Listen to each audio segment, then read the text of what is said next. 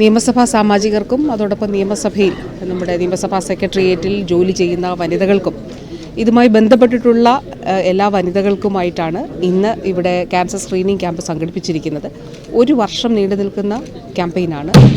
ആരോഗ്യം ആനന്ദം അകറ്റാം അർബുദം എന്നുള്ളതാണ് നമ്മളുടെ ക്യാമ്പയിൻ്റെ ആപ്തവാക്യം.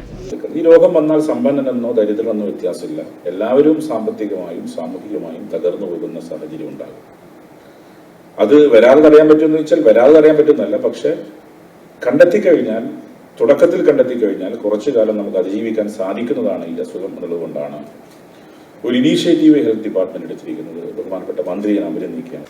പലപ്പോഴും സ്ത്രീകൾ ചെയ്യുന്നത് എനിക്കൊരു അസുഖം ഉണ്ടെന്ന് തോന്നിയാണ് അത് പുറത്തു പറയില്ല, മക്കളെ ബുദ്ധിമുട്ടിക്കേണ്ട അല്ലെങ്കിൽ മരുമക്കളെ ബുദ്ധിമുട്ടിക്കേണ്ട, അവർ ലീവ് എടുപ്പിക്കേണ്ട എന്നൊക്കെ പറഞ്ഞ് ഒരു കുപ്പി വെള്ളം എടുത്ത് ചൂടാക്കി വയറ്റിൽ വെച്ച് വേദന മാറ്റിക്കൊണ്ടിരിക്കും.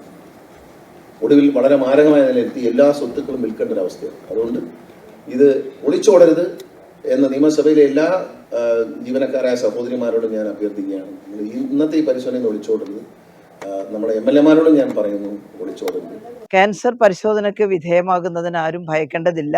ഇന്ന് അത്യന്താധുനികമായിട്ടുള്ള ഔഷധങ്ങളും ചികിത്സാ രീതികളും ക്യാൻസർ പരിഹരിക്കാനുണ്ട്. ഭയമില്ലാതെ പരിശോധനയ്ക്ക് വിധേയരാവുക, അർബുദത്തെ അകറ്റുക. നമ്മുടെ സമൂഹത്തിലെ എല്ലാവരും ഈ ക്യാമ്പയിനിൽ അണിചേരണം എന്നുള്ളതാണ് എനിക്ക് ഈ അവസരത്തിൽ പറയുവാനുള്ളത്. ഞാനും ഈ ക്യാമ്പയിൻ്റെ ഭാഗമായി മാറിയിട്ടുണ്ട്.